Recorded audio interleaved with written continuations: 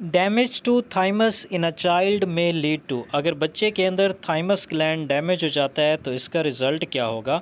हम जानते हैं कि थाइमस ग्लैंड के अंदर टी सेल मैच्योर होती हैं, टी सेल डिफरेंशिएशन होती है और ये T cell cell mediated immunity में इम्पॉर्टेंट रोल प्ले करते हैं।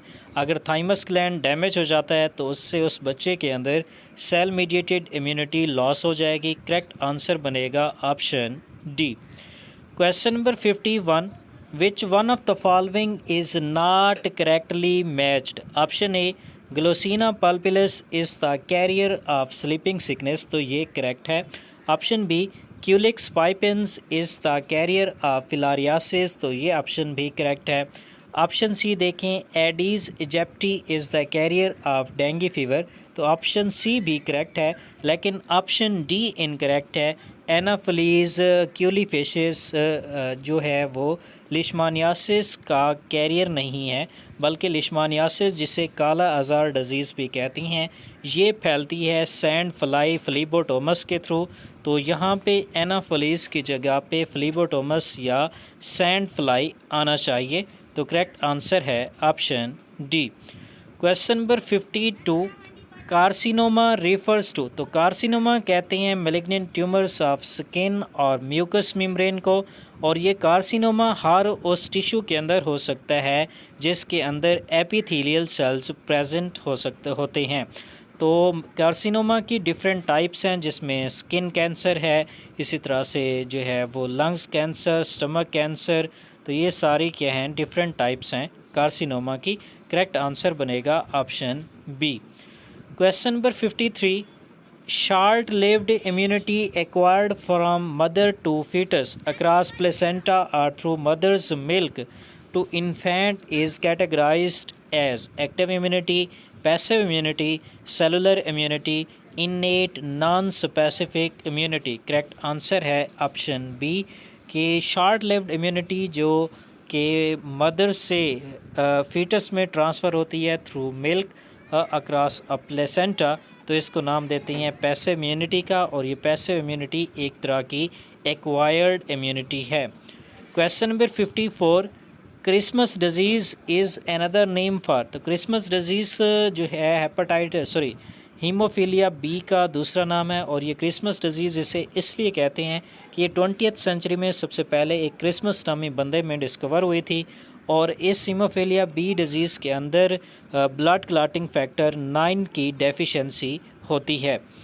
Question number 55, cancerous cells can easily be destroyed by the radiation due to rapid cell division, तो कैंसरस सेल्स होते हैं वो रैपिड सेल डिवीजन शो करते हैं, उनके अंदर डीएनए रेप्लिकेशन फास्ट होती है, लेकिन जब इन कैंसरस सेल्स को हम एक्सपोज करवाते हैं रेडिएशन से, तो इनके अंदर ये जो डीएनए रेप्लिकेशन होती है वो डैमेज हो जाती है, जिसकी वजह से ये ईजीली क्या हो जाती हैं, डिस्ट्रॉय हो जाती हैं।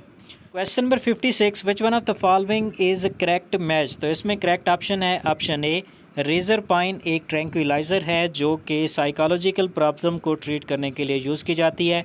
इसका मैक्सिमम यूज़ शाइज़ोफ्रेनिया के अंदर किया जाता है। ये एग्रेशन को रिड्यूस करती है, थाट्स और बिहेवियर को नॉर्मल करती है। क्वेश्चन नंबर 57, LSD इज़, तो LSD कहते हैं लाइसर्जिक एसिड डाइथाइल अमाइड को, और ये एक तरह का हेलोसिनोजिन है, और हेलोसिनोजिन ऐसी ड्रग्स होती हैं जो कि थाट्स, फीलिंग्स और परसेप्शंस को चेंज कर देती हैं, तो करेक्ट आंसर बनेगा option A.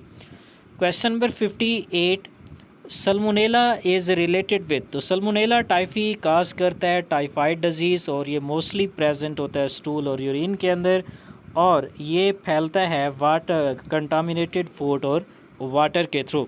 Question number 59, which is the most infectious disease, hepatitis B, AIDS, cough and cold, malaria, तो इसका जो करेक्ट आंसर है वो है ऑप्शन ए, हेपेटाइटिस बी जो है वो मोस्ट इन्फेक्शियस डिजीज़ है, और इसे सीरम हेपेटाइटिस बी कहते हैं।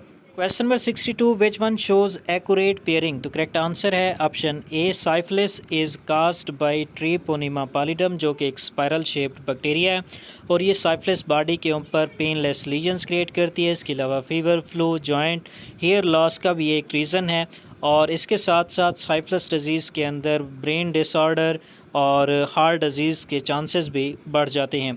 Question number 63, which disease of man is similar with kettles bovine spongiform encephalopathy. तो बोवाइन स्पॉन्जिफॉर्म इंसेफेलोपैथी कैटल्स के अंदर एक कॉमन डिसऑर्डर है और इसको नाम दिया जाता है कॉमनली मैड काउ डिजीज़ का, और ह्यूमंस के अंदर इसकी जो फॉर्म होती है उसको नाम देते हैं जैकोब क्रुएट्सफेल्ड डिजीज़ का। और ये जैकोब क्रुएट्सफेल्ड डिजीज़ होती है प्राइऑन्स की वजह से, और ये प्राइऑन्स एक तरह के इन्फेक्शियस प्रोटीन पार्टिकल्स हैं। तो करेक्ट आंसर बनेगा ऑप्शन बी।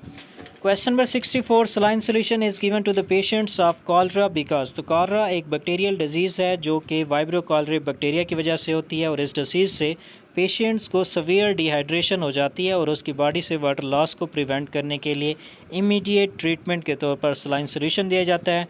इस सलाइन सोल्यूशन के अंदर जो सोडियम आइंस हैं वो बॉडी से वाटर लॉस को प्रिवेंट करते हैं। करेक्ट आंसर बनेगा option A. Question number 65, the antibodies are. तो एंटीबॉडीज़ एक तरह की ग्लाइकोप्रोटीन्स हैं और ये बॉडी को फॉरेन पैथोजेंस या एंटीजन से प्रोटेक्ट करती हैं। करेक्ट आंसर है option A. Question number 66, the term active immunity means. तो एक्टिव इम्यूनिटी एक तरह की रेजिस्टेंस है जो कि डेवलप होती है आफ्टर द डिजीज़।